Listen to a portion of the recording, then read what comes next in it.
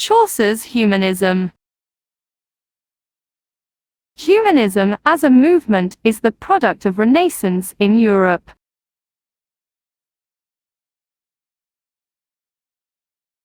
It stands for an explicit break with most of the ideas upheld very clearly in the Middle Ages.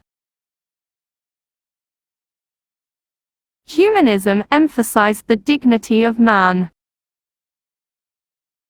It considered this world as a legitimate object of interest and love, and it tended to place reason above revelation.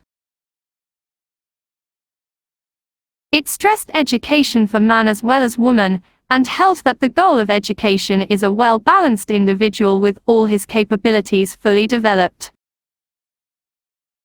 The language, literature, and thought of ancient Greek and Rome occupied a central position in the thinking of the humanists. It was so because the ideals of humanism were exemplified far better than did any other literature, philosophy, or theology. The humanity also tried to reform the church. When we look at the poetical works of Chaucer, particularly his prologue to the Canterbury Tales, we find that he wrote to a great extent under the influence of humanism. The first and foremost quality of Chaucer's humanism is that he takes man as a strange mixture of good and bad. He believes staunchly in the imperfectibility of human nature. That is why he neither considers man wholly a saint nor completely a Satan. It is in this belief that his attitude to various characters is rather generous. He avoids being satirical on the blemishes of his characters.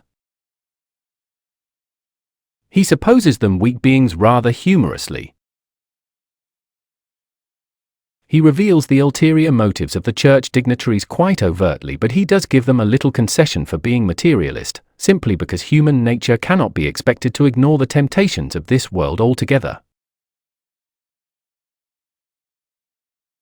Another aspect of Chaucer's humanism is that almost all his characters look at life and its allied issues rather rationally.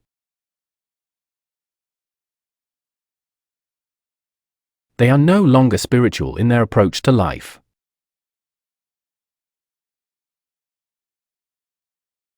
They would do things which measure up to their reason and the demands of the contemporary society, which was tending to become secular.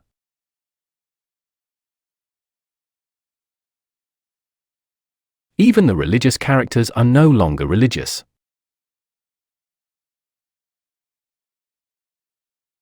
They have become worldly wise in all their activities, dealings, and interactions of life.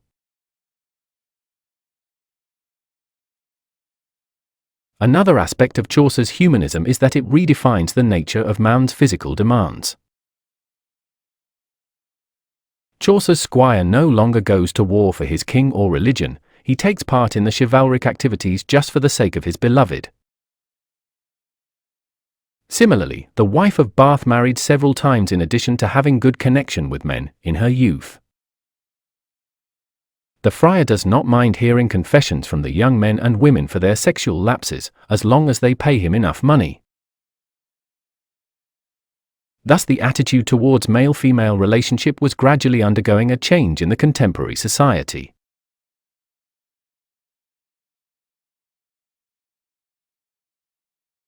Another aspect of Chaucer's humanism is his realistic approach to life. He described men and matters of his contemporary society quite realistically. He does not know the art of exaggeration. His descriptions as well as portrayals of characters are logical, objective, and convincing. All his characters are true representatives of their class. Chaucer has realistically and graphically exposed the element of degeneration in the church life. He also showed signs of skepticism about most of the religious practices in the contemporary church. Whatever his characters do, believe in, and feel for is realistic.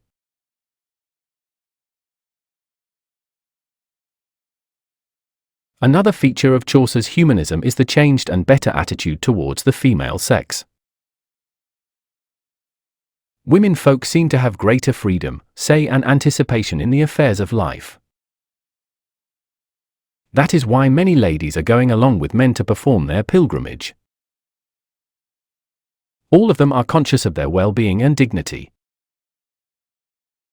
They are dressed up nicely and interact with men on equal terms. The prioress, the wife of Bath and the wives of the crocking class finally assert themselves in their life. They have also their own well-considered opinions about various aspects of life which concern them most.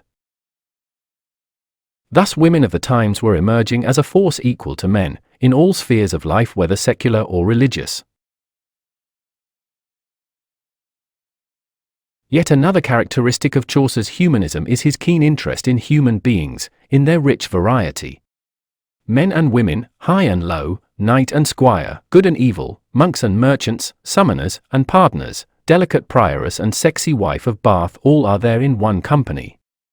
Thus Chaucer was interested in all kinds of human beings. His interest in humanity is characterized by his wide sympathy for all sort of people. He does not exclude anyone. Nor is he filled with disgust at the rogue whose trick he has detected. Moreover, Chaucer does not seem to have faith in the belief that mankind can be divided into two watertight compartments, the good and the bad. He knows that the human character is highly complex and that good and bad qualities are often found mixed. That is why he classes himself with average humanity and so finds himself in touch with the masses.